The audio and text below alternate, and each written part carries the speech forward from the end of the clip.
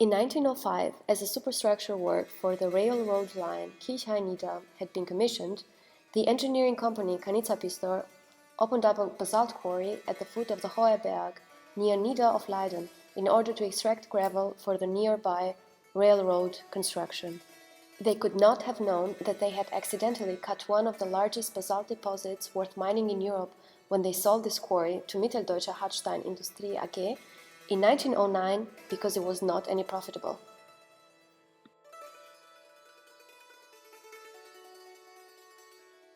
Basalt gained a certain public acceptance as a material by its appearance on the monumental Bismarck towers built throughout Germany in the 19th century, used as a substitute for the noble granite.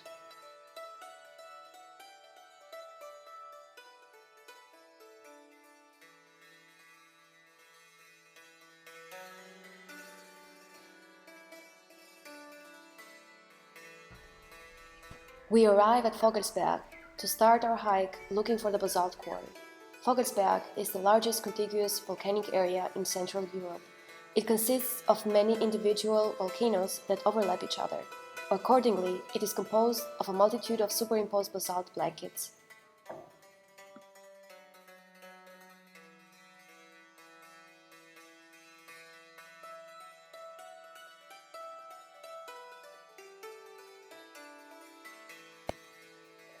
The central plateau area, at an altitude of 800 meters, has a ring shape and descends in a staircase-like manner to its edges. The volcanic activity in the Vogelsberg is associated with the fracture tectonics, an activity that began in northern Hesse about 20 million years ago. The contact of magma and water produced violent explosions, causing large amounts of rock to be blasted out of the subsurface in a funnel shape. Spectacular lava fountains spouted from cracks and fissures, while elsewhere, large-scale lava poured out. Amber and ash clouds that cover the region have been preserved as deposits in many outcrops. The volcanic activity died out about 7 million years ago.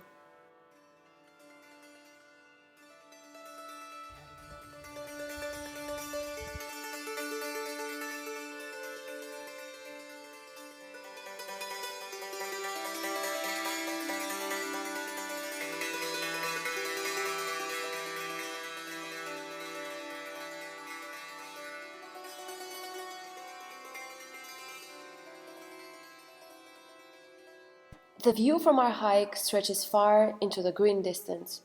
Over the vast, fertile Alm Valley, no quarry is yet visible on the horizon. The view wanders over the gentle heights of the Vogelsberg, dotted with numerous wind turbines.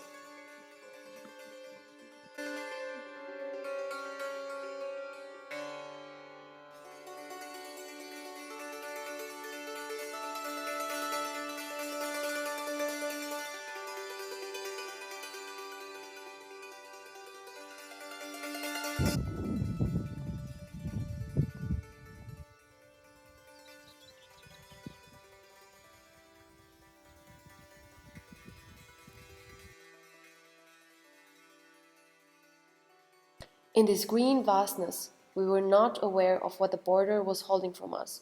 Other passers, unbothered from the idea of a new discovery, were walking past by.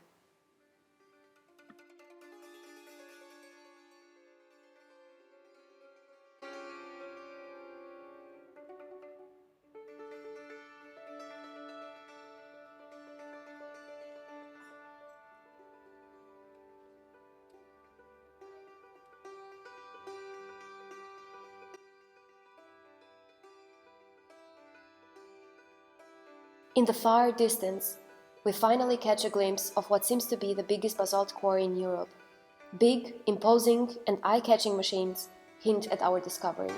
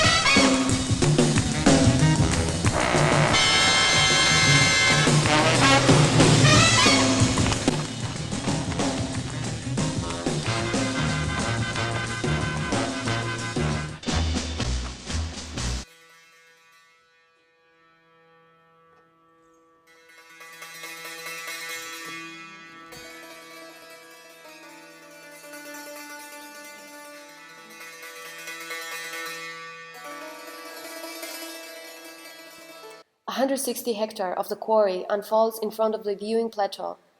MHI has owned the area and has operated here for the last century. Their product, revolving basalt, has evolved from paving stones and blocks to aggregates used in asphalt for road, underground, and rail construction, as well as in various areas in industry and agriculture. The mining process of the basalt is divided in numerous steps.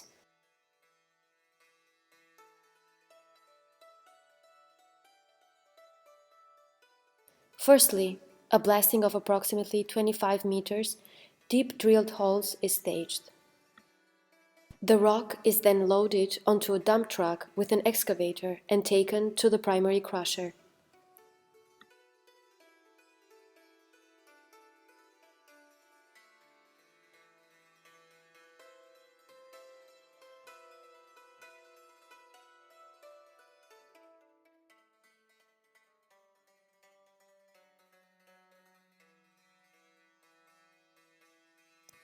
Rocks are then broken in the crusher and separated by size in a screening plant. Stones are stored in silos or further processed in the asphalt mixing plant.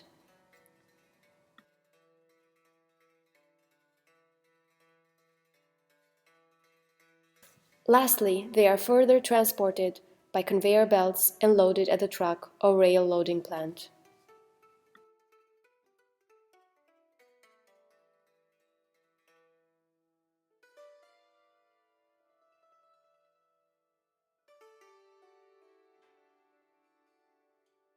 Besides all these operations that take place throughout the year, MHI, in cooperation with Geoplan, organizes an event called Stein Expo, a demonstration messe for machinery, which has taken place every 3 years since 1990.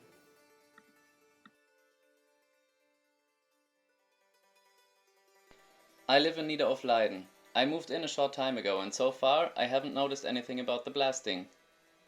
Do you think MHI is transparent in their operations? Yes, I feel the quarry is a positive thing and I would love to attend the demonstration fair in the future. Just out of personal interest. I think it's pretty cool. How do you find the quarry? Do you see it critically in terms of the environment and the interference with nature? The quarry is not beautiful, but it is eye-catching. Environmental protection is already an issue, but the economy is also an important aspect.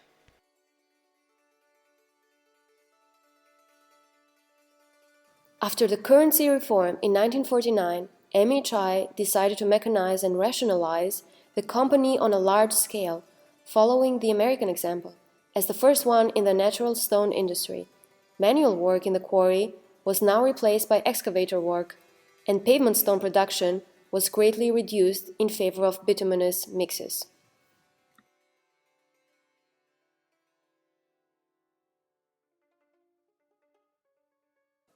MHI cultivates the shipping business by wagon and by truck alike. Every day, several closed railroad trains of more than 1,000 tons leave the Nieder Ofleiden plant. This is one of the largest shippers in the Kassel railroad district. This fleet of vehicles ensures that the basalt products can be shipped to the entire Upper Hesse region, thus relieving road traffic.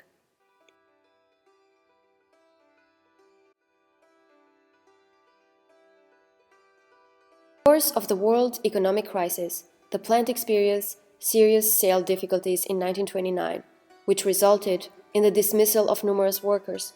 It was not until the construction of the Reichsautobahn in the 1930s that the basalt plant, through the many projects of road constructions, flourished again. During the Second World War, numerous French prisoners of war had to perform forced labor in the Nieder Ofleiden basalt quarry.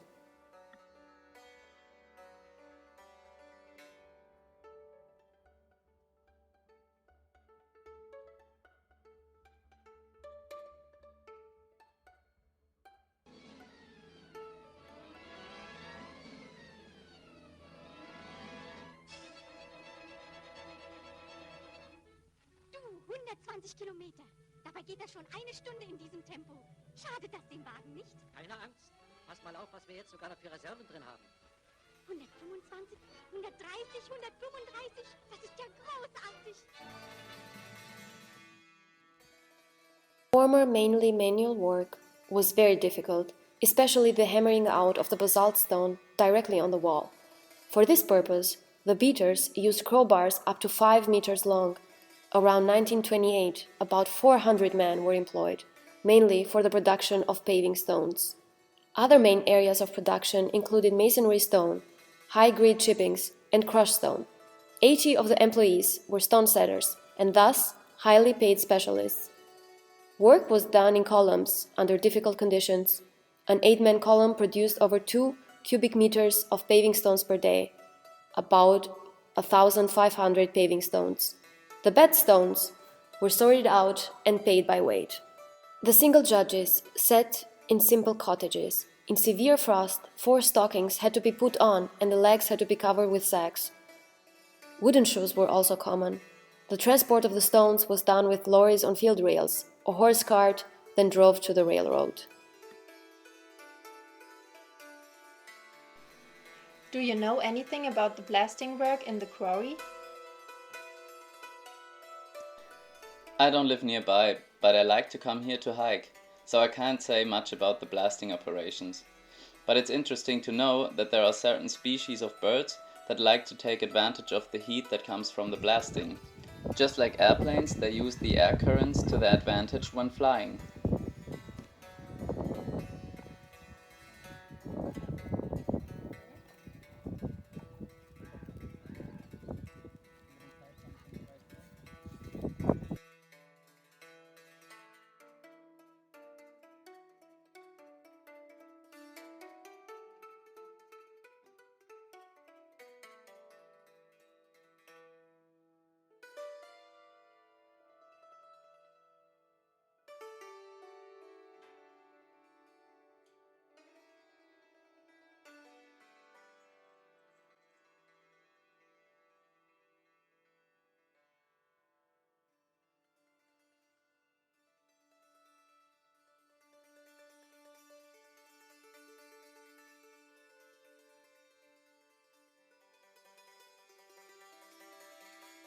What started as a noble substitute for granite, with its public and political use in Bismarck monumental towers, basalt now appears as an anonymous product, whose use in daily routines we do not think about.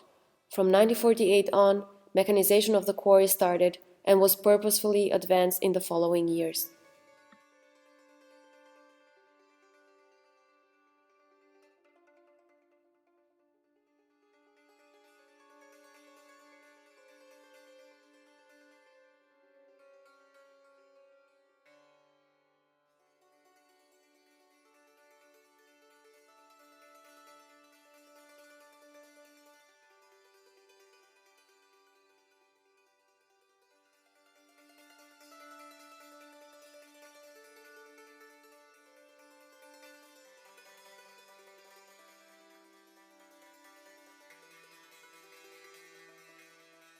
Today, the workforce comprises only of 40 workers and employees, even though the quarry is one of the largest and most modern plants in the world.